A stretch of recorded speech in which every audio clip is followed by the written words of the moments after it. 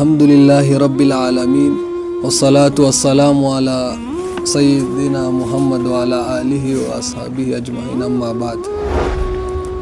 Leo tunakumbushana hadithi moja.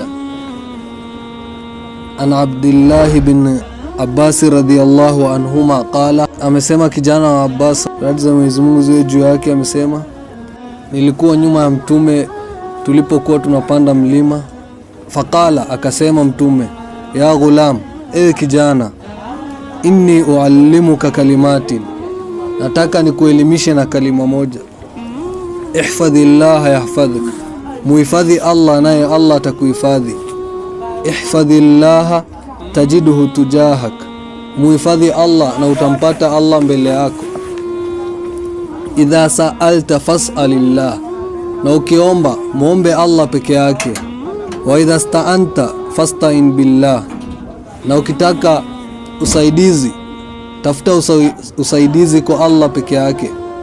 Wa'lam anna al-ummata law ijtama'at ala an yanfa'uka bi shay'in lam yanfa'uka illa bi shay'in qad katabahu Allahu lak, na ujue umma wakiungana ili wakufaidi hawataweza kufaidi isipokuwa yale Allah amekuandikia. Wa in jitama'u ala an yadhurruka bi shay'in, na wakiungana kwa kukudhuru hawataweza isipokuwa yale Allah amekuandikia.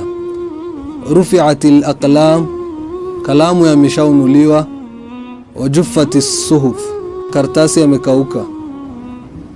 Hadithi hii inatufunza kuwa